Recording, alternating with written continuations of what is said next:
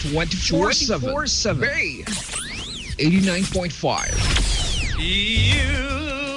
Happy birthday! And of course, if you happen to know somebody celebrating his or her birthday today, kung gusto nyong mag-greet, yes, you have to remember, we don't do bate, ha? Hindi tayo nang babate, nanggigreet lang tayo. Okay. Text us up 0909-263-0840 kung may mga gusto kayong ipa-greet. Yes. Do you know somebody celebrating his birthday today? Anybody? Nobody? Right now, No? wala. August 1? No. Okay, sige. Then Pero let's... happy birthday, even if it's raining, even if it's a day for the ducks with all the plants and all. Ay, yan. And kung wala na tayong i-greet ngayon, tayo naman namang i-greet this time. I-greet natin yung special guest natin dito sa Yes, of station right now. course. You do the honors. You introduce him. All right. Please welcome our Deputy Fire Chief, Gerardo Johnson. Hello, sir. Hi, Good sir. morning. Good morning. Hello. Yes, good morning, Tammy. Good morning, ma'am. Good morning to all the listeners. She's DJ Irene, by the way. Irene. Yes, DJ Irene. Good morning.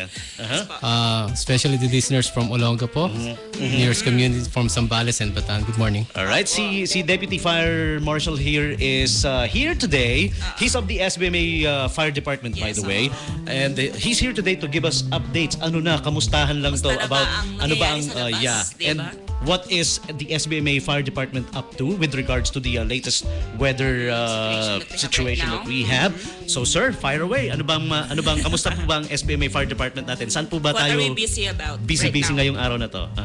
Yes, as of this morning, when I was going back way to dito sa office, medyo malakas ang ulan, Tammy. Yeah, And, lakas po. Sobra. And rest assured that the SBMA Fire Department is really preparing for, some sort of emergency,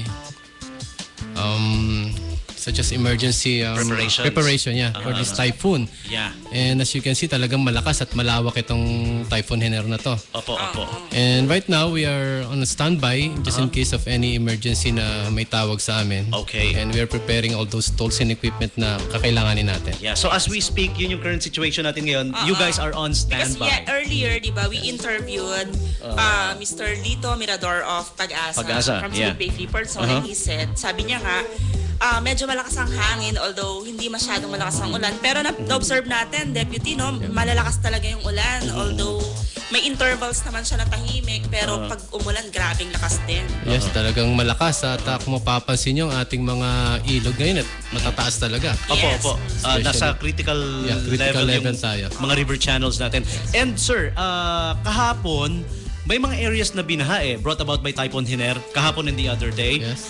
May mga nirespondihan po ba tayo? May mga tinulungan tayo let's say kahapon or the other day, itong past few days? Yeah, as of now, itong SBMA sa grupo natin, wala pa. But Wala pa. we are on standby really. Nasa akin na lahat yung mga telephone numbers just in case na magkaroon tayo ng on-call or recall of personnels. Alright. And Okay. also, Pero as far as Subic Bay is concerned, so far wala namang anything na nangyayari pa dito, Tom, no? that needs... Are there any areas na pinoprohibit natin yung people from going to? Wala naman right now. Ito lang mga areas na such as yung mga nakatira sa near the riverbanks, kailangan siguro when our local governments announce such evacuation, you should follow their instructions. yeah. Kasi para ma-avoid natin yung mga incidents that like happened last year, yung mga drowning incidents natin, na which yung marami talagang pasaway, Yun ang dapat natin iwasan. So listen to our local government's advice. The advisories, So from and, time to time, we'll have to watch for that. Mga informations coming from our LGUs, is that right? Yes, sir. Yes, ma'am. And ang SBMA Fire Department natin, which includes also the Rescue Operations Unit, napaka-multi-awarded niyan. Sir? Yes. Kailan lang recently nag-conduct sila ng what do we call that? Yung training on or CSSR. Yes. Collapse Structure Search and Rescue or CSSR sa mga taga Valenzuela, if I remember it right. Yes. Ayan, sir. So so far, sila pa lang ba yung binigyan nyo ng CSSR training? They were the first batch, and batch. we've heard to Madam Ada from Valenzuela that they are preparing for the second group of trainees because do sa lugar nila talagang kailangan nila yung mga ganong klase ng training. And we just finished our basic hazardous materials training, which was conducted a month ago by this Australian guy named Russell, Nathan Russell. Razzle, So meaning SBMA firefighters Fire are the department. ones May na rescue nagtitrain ng mga LGUs. Is that right? Yes, ma'am. Wow, diba? The trainees are coming from us, diba? Actually, they're calling us na kung pwede silang ma-accommodate on such training, no? Hindi alam ng iba na ang SBMA Fire Department right now, may mga trainings na kami na which is na dinidevelop namin. Like for example, yung CSSR nga, yung Basic Hazardous Materials Training, and plus yung ating Water Search and Rescue na talagang hanggang ngayon fully develop namin at ginagawa namin lahat talaga ng paraan para at least lahat ng ating personnel is ready and capable to respond on Is it the WASAR, sir? The WASAR, Yes, as we sir. call it, tama ba? Water Search and Rescue. From what I know, Tom, previously nag-ano na rin pala, no? Like yung Red Cross daw, tinrain din ng ating firefighters, mga ganyan. There a lot of groups, rescue groups are seeking talaga trainings from our firemen. Wow. Yes, madam. All right. Okay. And, right now we have somebody calling. We're conducting an interview here, so baka naman may tanong siya kay Deputy Fire Chief. Ano? Tanungin na rin natin, sir, siguro. Sandali. Okay. Hello, caller. Good morning. Naputol. Nangi-interrupt lang siguro. Whoever's calling, please bear with us muna. We're conducting an interview We may, with Deputy Fire Chief. Kung hindi related dun sa topic that we're talking about right now, we can answer that once the music is playing. Oh yeah, by the way, since nandito na si Deputy Fire Chief Jerry, kung may mga concerns kayo diyan sa lugar ninyo na that needs attention from maybe the SBMA Fire Department or even the SBMA maintenance, whatever it is that needs help or assistance from the SBMA, you guys can call us up 2528905. Pwedeng tumawag ngayon kung related dito naman sa doon. atin, Yeah, right now. Or in their sa kanila, like sa inyo po. Sa Fire Ano yung Department pwedeng naman, sir? tawagan sa Fire You can Department? call us at 252-4830. 4830. Yes, and 252-4657. 4657. That's important. Is that our These are hotline? important numbers, Is ano? that Our hotline here in SBM is 160, but 160 for fire emergencies Yes, fire and emergency and rescue. Yan, 160. So, you guys remember, jot this down. Get your paper and pen, paper and pencil. That's important. 252 252-4830 4830. or 252-4657. Those are the hotline numbers of the No, that's the Fire office Department numbers. Office number. Our Hotline is 160 for Simply fire dial and rescue. 160. And also, may I add, 911 for emergency situations na Yes. wherein ang magre-respond is the LED, the fire, and rescue There's na a rin. composite syempre. team. 911 yan. Now, for cell phones, here's the thing. Iba pa pag sa cellphone. 9111. Yes. Just add an extra Additional one. Extra one. Tatlong one. Isang Yes. 9, tatlong 1. For cell phones. Okay, These are toll-free, Kahit wala kang load, makaka-connect ka kasi it's emergency. What I do know about emergency numbers, kahit wala kang load, makaka-connect ka. Like I 160, don't think that's the case 177. with our cell phones here. It's gonna be charged on you. So, Pag wala emergency ka- number. Yeah. Yeah, you Kailangan can. may Have you load tried? ka. Yes. Okay, let's find out first. You try it.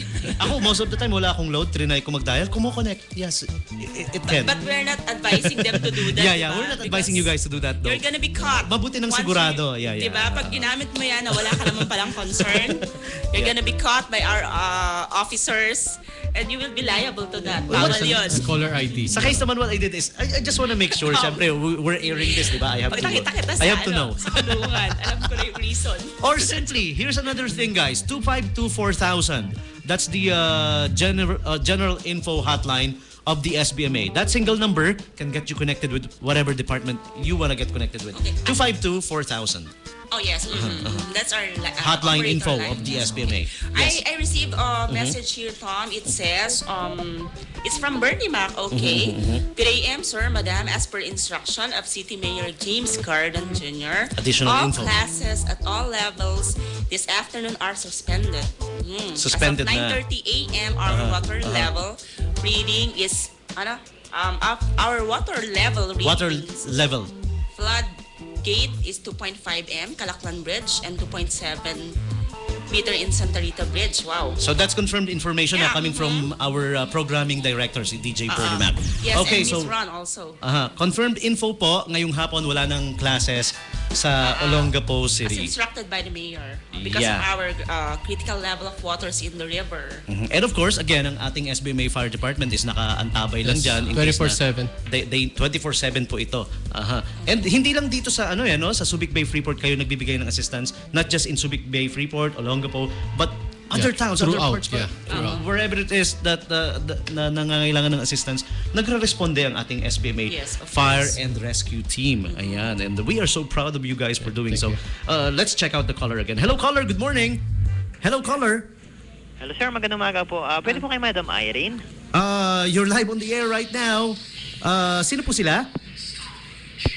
We're doing an interview. I thought it's something related. That's why I let them Maybe go. it's Ayan. Okay, so anything else you would like to add, sir, before we wrap things up for the this segment? Yes, just a bit of advice from our listeners.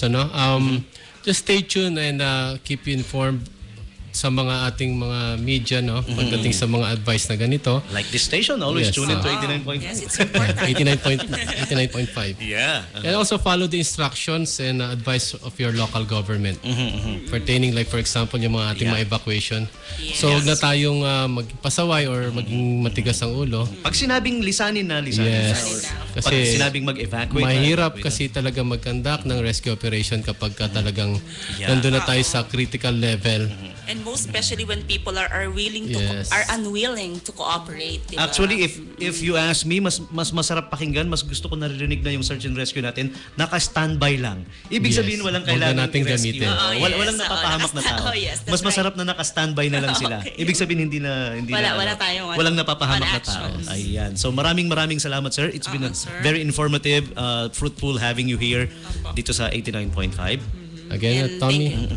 And Thank you rin, Tommy, for inviting me over here in behalf of Chief Rani Magno na nasa ngayon sa I think Zamboanga. Zamboanga. Yes. Yes.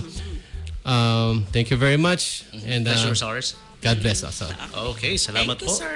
Okay, so once again, that's Deputy Fire Chief Gerardo Johnson. All right, from the SBMA Fire Department. Okay, so we need to pause for a short break. Let's play this song first. This one's coming from Green Day. The song is called Oh Love. Yeah. All right, To and we'll be feel back with more. inspired. Yes. This is the Morning Brew Wednesday edition 89.5. Subic Bay Radio. Oh love, won't you rain on me tonight? Oh life, oh life, please don't pass me by. Don't stop, don't